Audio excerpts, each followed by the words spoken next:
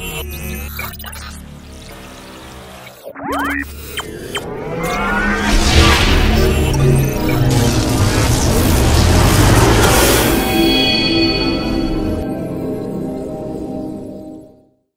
ඇස්ට්‍රෝටෝක් video එකකින් අපි බලාපොරොත්තු වෙන්නේ මෙටැලික් හයිඩ්‍රජන් එහෙම නැත්නම් ලෝහමය හයිඩ්‍රජන් ගැන ඔයගලන්ට කියලා දෙන්න. හයිඩ්‍රජන් අපි ගත්තම පෘථිවියේ තියෙන කාබන් උෂ්ණත්වයයි පීඩනය යටතේ තියෙන එක ගෑස් එකක් හැටියට නේ. ඒක ගෑස් එක වායුව. හැබැයි අපි ওই කන්ඩිෂන්ස් වෙනස් කරුවොත් විශේෂයෙන්ම ප්‍රෙෂර් එක ඒකේ වෙන අවස්ථාවලට යන්න පුළුවන්. හයිඩ්‍රජන් කියන වායුව අරගෙන අපි ඒකට ලොකු ප්‍රෙෂර් එකක් apply කරුවොත් එහෙම ඒ අවස්ථාවකදී ඔයාලට හිතන්න පුළුවන් විදුලිය සංවේදනය කරන ද්‍රවයක් දැක්කම බෑන්ඩ් ගැප් එකක් කියලා එකක් තියෙනවා නේද? හයි ප්‍රෙෂර්ස් වල ගියාම මොකද වෙන්නේ? ඔය ගැප් එක ක්ලෝස් වෙනවා. ඒක අවස්ථාවේදී ඔය දෙක ක්‍රොස් වෙනවා. ඉතින් අන්නතර තමයි ඔය කියන්නේ අපි ඉන්සුලේටර් එකක ඉඳලා ලෝහයක් මෙටල් එකකට ට්‍රාන්ස්ෆර් වෙනවා. හරි. ඒක තමයි. දැන් නම් ඒ කියන්නේ මට නම් ගොඩක් ඉන්ටරෙස්ටිං මේ රිසර්ච් එක අපි ලැබ් එකට ගිහලා බලමු නේද මොනවද වෙන්නේ කියලා. ඕකේ. හරි.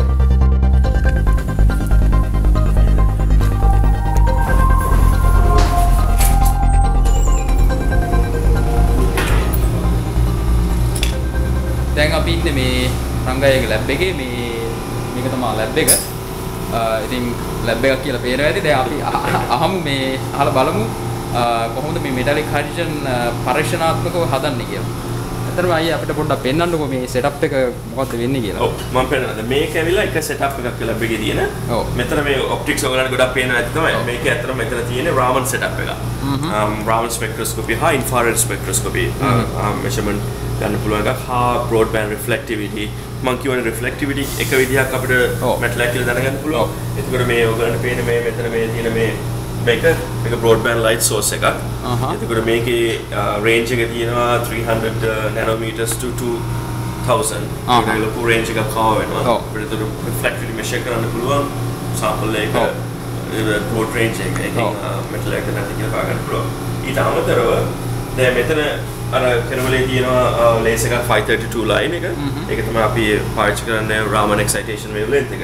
ඔක bunch of optics වලහා ගිහිල්ලා beam එක expand කරලා මෙතන අපිට තියෙන holographic band pass filter එකක්.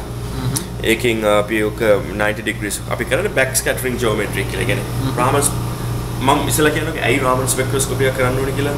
දැන් අපි material එක press කරුවම මොකද වෙන්නේ කියලා දැනගන්න ඕනේ නේද? ඒ කියන්නේ අපි නිකන් ඔහේ ප්‍රෙස් කරන්න බෑනේ. දැන් Raman spectroscopy කරන්නේ දැන් vibrational දැන් අපි ගත්තොත් එහෙම molecules ඒවා vibrate කරනවානේ.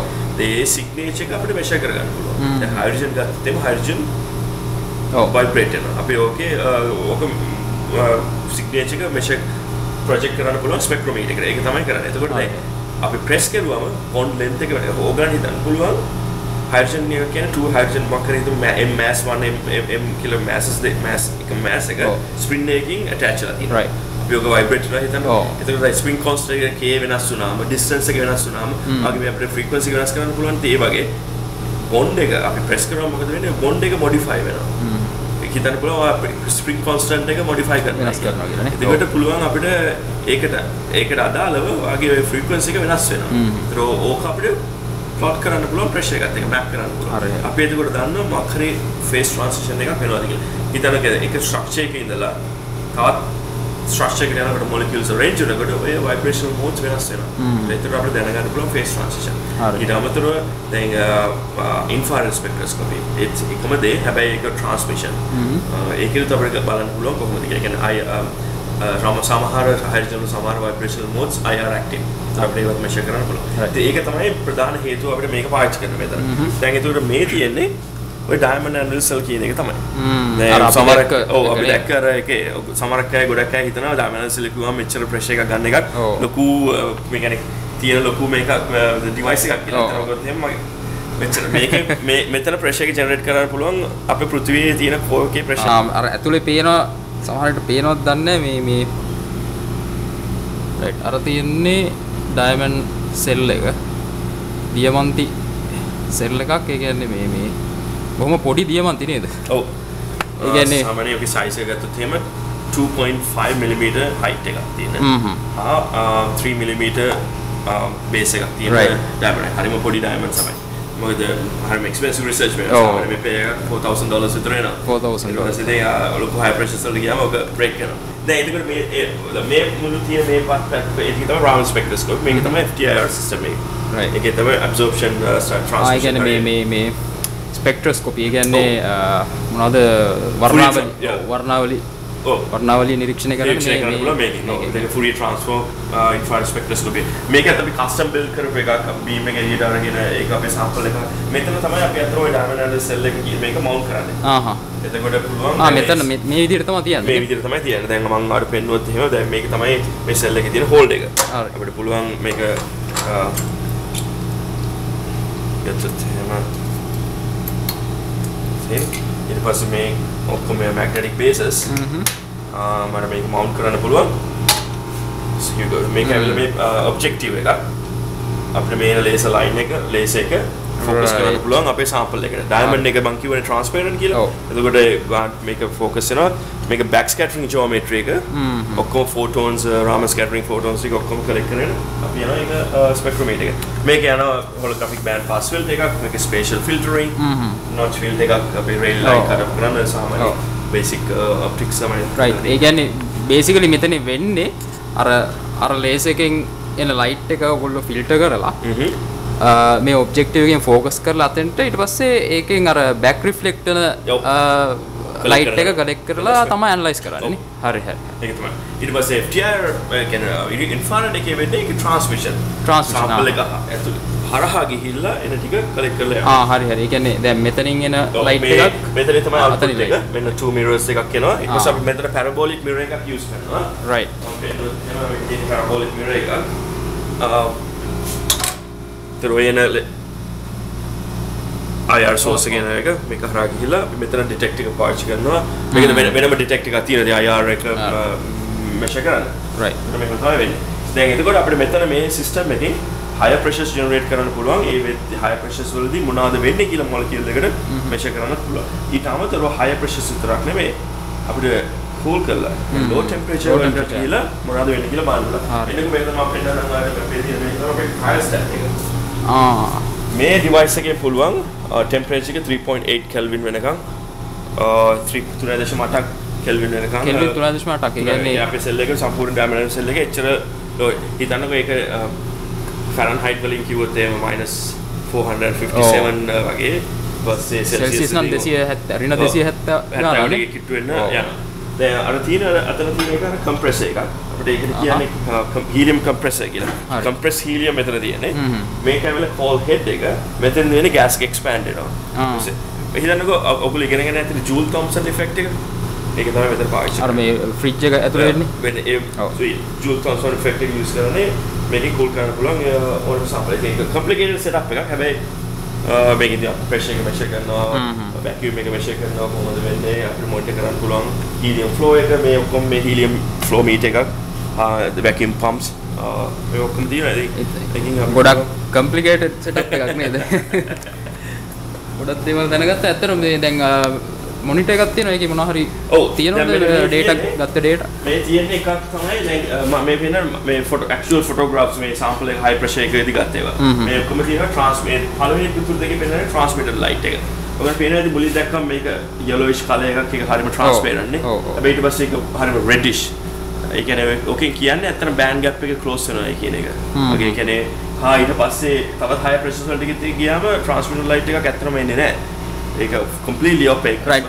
දැන් මේ තියෙන්නේ දැන් අර sample එකට පිටිපස්සෙන් තියෙන light එකක් ඒ කියන්නේ transmit කරනවම මෙන්න මෙහෙම කියලා දැන් මෙතන අපි light එකක් transmit කරුවොත් එහෙම අපි කරන්නේ සාමාන්‍ය නම් transmit lights දැන් මේ light source එක තියෙනවානේ ඒක අපි direct කරනවා transmitted. ඕකේ හරහා අපි ඕක image කරනවා මෙතන තියෙනවා beam split එක 50-50 එක light එක යනවා වෙන කැමරා එක. ඕක තමයි ඔය අතර පේන්නේ. right.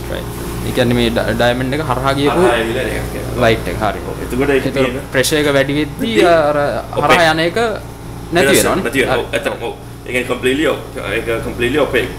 ඒ කියන්නේ ඊට පස්සේ ඒක shiny metal එකක් වෙනවා. ඉතින් ඕක දැන් visually වාට පෙන්වන්න පුළුවන් visually observe කරන්න පුළුවන් මේක insulated metal transition වෙනවා කියන්නේ. ඊට පස්සේ අපි කරන්නේ අපි ඕක ඇත්තට measure කරනවා. අපි electrodes 4ක් මේකට විවක වැන්ඩ පවර් ටෙක්නික් එක බේසික් ටෙක්නික් එක පාවිච්චි කරන්නේ. ඒකෙන් පෙන්වන්න පුළුවන්. දැන් මම වර පෙන්වන එක graph එකක්.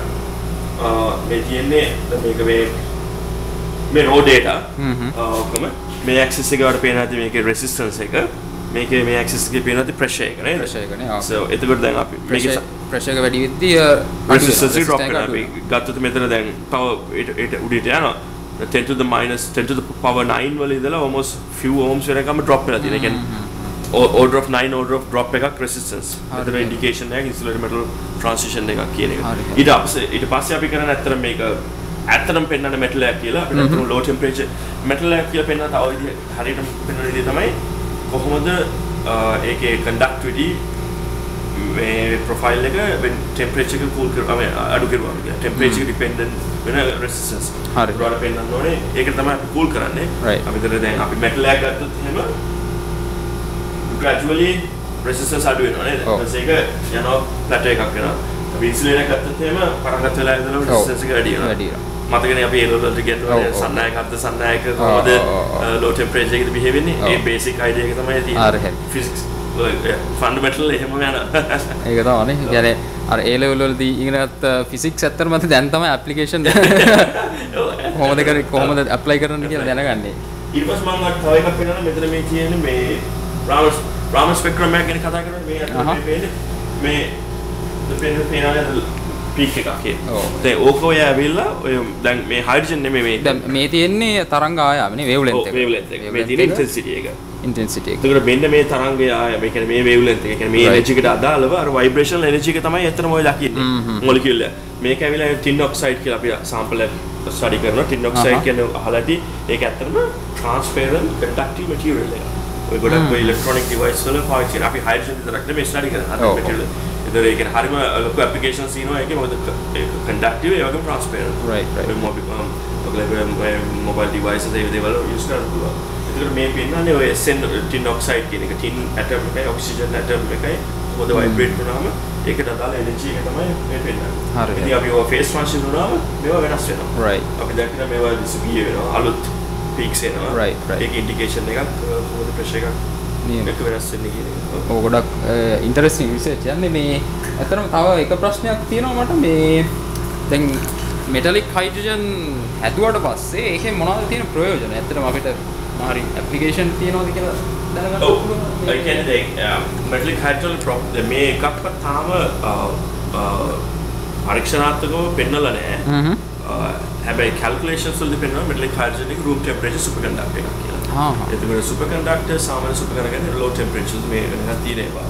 ඒතර අපිට ඇත්තට ප්‍රැක්ටිකල් යූස් එකක් ගන්න හරියම අමාරුයි. මොකද අපි කූල් කරන්නත් වෙනවා. හැබැයි room temperature superconductor එකක් තියෙනවා කියන්නේ ඒක ලොකු පෙරලියක් කරන්න පුළුවන් material එක. කියන්නේ දැන් සුපිරිසන්නායක කියන්නේ සුපිරිසන්නායක නේ. සුපිරිසන්නායක කියන්නේ දැන් කිසිම resistance එකක් නැති electricity දැන් හිතමු අපි ඇමරිකාවේ ගත්තොත් එහෙනම් ඇමරිකාවේ එක east coast එකේ ඉඳලා west coast එකට power transmit කරන්න ඕකේ almost 60% loss වෙනවා. ඉතින් අපි සුපිරිසන්නායක පාවිච්චි කරුවොත් එහෙම loss එක නැති වෙනවා. ඒ කියන්නේ billions of dollars ඉතුරු වෙනවා. ඊට අමතර transportation magnetic levitation right ඒ කියන්නේ Mason effect එක කියන එක හින්දා ඒ transportation have electronic devices මොකද අපිට superconductor එක use කරන්න පුළුවන් ඔය switch එකක් හැටියට ඔය transformers වල තියෙනවානේ high current මේවාම switch වෙන ඒවා මොකද critical current එකක් තියෙනවා ඒක වෙනස් වෙනකොට superconductor එක normal අපි ඔක use කරා so many applications ගොඩක් දේවල් තියෙනවා ඒක දැන් වැදගත්ම දේ දැන් අපි ඔක pressure එකේදී නෙවෙන්නේ හැබැයි ඔක අපි ප්‍රෙෂර් එක අයින් කරුවම ඔක මෙටාස්ටේබල්ද කියලා බලන එක. right. ඒ කියන්නේ දැන් ප්‍රශ්නේ තියෙන්නේ දැන් මෙතනදී හදන මෙටලික් හයිඩ්‍රජන් මේ ප්‍රෙෂර් එක අයින් කරාමත් මෙටලික් හයිඩ්‍රජන් වෙනවද කියලා එක තමයි ප්‍රශ්නේ. ඔව් හරි හරි. දැන් හිතන්නකෝ ඩයමන්ඩ් ගත්තොත් එහෙම ඩයමන්ඩ් ඇවිල්ලා අතන කාබන් වල ස්ටේබල් ෆෝම් එකක්. කාබන් අරගෙන අපි ප්‍රෙස් කරුවොත් එහෙම ඒ කියන්නේ ග්‍රැෆයිට් ඔය අපි අර මේ මිනිරා. මේ පැන්සලේ තියෙන එකනේ. ඕක අපි ප්‍රෙස් කරුවොත් එහෙම 7GPa වගේ අපිට ඩයමන්ඩ් එක හදන්න පුළුවන්. හැබැයි අපි ඕක ප්‍රෙෂර් අයින් කරනවා ඩයමන්ඩ් එක අපෝ අනිත් යන්නේ නැහැ. ඒක ඒ විදිහට තියෙනවා. අපි ඒතර ඕකට කියනවා මෙටාස්ටේබල් කියලා. ඉතින් කැල්කියුලේෂන් වලදී පෙන්නනවා හයිඩ්‍රජන් වලත් ඔය වගේ මෙටාස්ටේබල් මැටීරියල් එකක්. right. දැන් ප්‍රෙෂර් එක අයින් කරුවම වෙන්න පුළුවන්. ඉතින් ඒක තමයි ටෙස්ට් තාම එක්ස්පෙරිමන්ටලි ඔබ්සර්ව් කරලා නැහැ.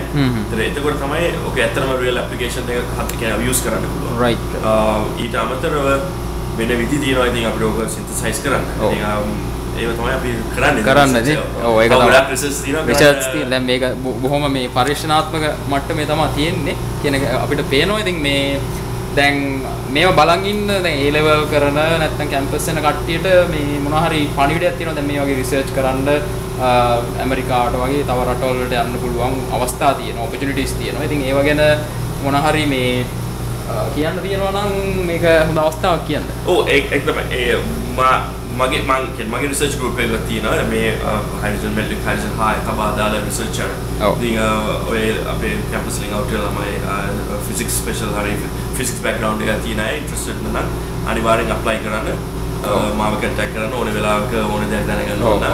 මම දැන් මගේ වෙබ්බඩියෙන් බලන්න දැනගන්න පුළුවන් contact details, email address, phone number.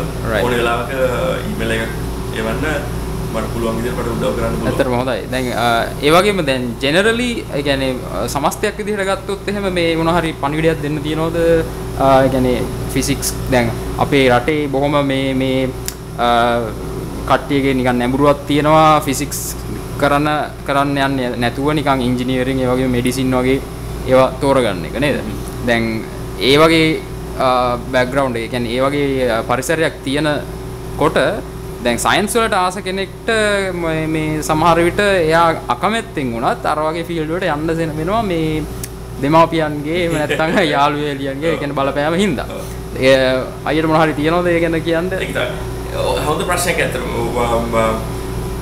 බොහොම සරල උත්තරයක් දුන්නත් එහෙම අන්තිමට ඇත්තටම කරන්න ඕන තමන්ට කැමති දේ. තමන්ට කැමති දේ තමයි කරන්න. තමන්ට කැමති තමන්ට ආසාවක් තියෙන දෙයක් කරුවොත් තමයි ඒක අපිට ඉදිරියටම කරගෙන යන්න පුළුවන්. නැතුව ෆෝස් කරලා කරනවා කියන්නේ මම හිතන්නේ ඒක හොඳ දෙයක් කියලා. ඉතින් ෆිසික්ස් හෝ සයන්ස් කළා කෙමිස්ට්‍රි හෝ මැතමැටික්ස් වල හිතනවා නම් ජොබ් එකක් හොයාගන්න අමාරුයි හෝ ඒ කියන්නේ අනාගතයක් නැහැ කියලා ඒක සම්පූර්ණයෙන්ම මිත්‍යාවක්. දැන් මේ වගේ රටවල් හැවිලා බැලුවොත් එහෙම ඕන තරම් කියන්නේ හිතමු ජොබ්ස් මාකට් එකේ උඩින් ඉන්නේ ෆිසික්ස් කරන අය මම දන්න හැටියට.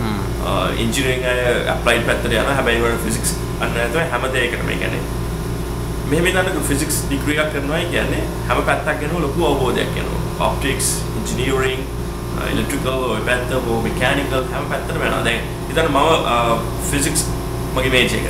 හැබැයි මම ප්‍රොෆෙසර් කෙනෙක් ෆිසික්ස් ඩිපාර්ට්මන්ටේ ඒකම ඉංජිනේරින් ඩිපාර්ට්මන්ටේ ප්‍රොෆෙසර් කෙනෙක්. ඒ කියන්නේ මම ෆිසික්ස් ඉගෙන ගත්තයි කියලා එහෙම ભેදයක් නැහැ. ඒ කියන්නේ අතන මෙහාම එහෙම බෙදීමක් නැහැ. හැමදේම ඔක්කොම එකට යන්නේ. ඒ කියන්නේ හැමෝම ෆීඩ් වෙනවා එක්කෙනෙක් කියලාට එක රිසර්ච් කරනවා. එහෙම බෙදීමක් නැහැ. එහෙම ප්‍රශ්නයක් ඉන්නේ නැහැ. මම නම් හිතන්නේ තමන් කැමති දේ කරන එක තමයි. ඒක ගොඩක්ම ලොකු උපදෙසක් ලැබුණා කියලා හිතනවා මේ ඔය කට්ටියට රංගයියකින්. ඇත්තටම රංගයි මේ බොහොම ස්තුතියි. ඉතින් ලැබ් එක පෙන්නවා ගොඩක් දේවල් දැනගත්තා. කට්ටියටත් ලොකු උපදෙසක් දුන්නා. බොහොම ස්තුතියි. අපි ඉතින් ඊළඟ ඇස්ට්‍රෝ ටෝක් එකකින් හම්බෙමු.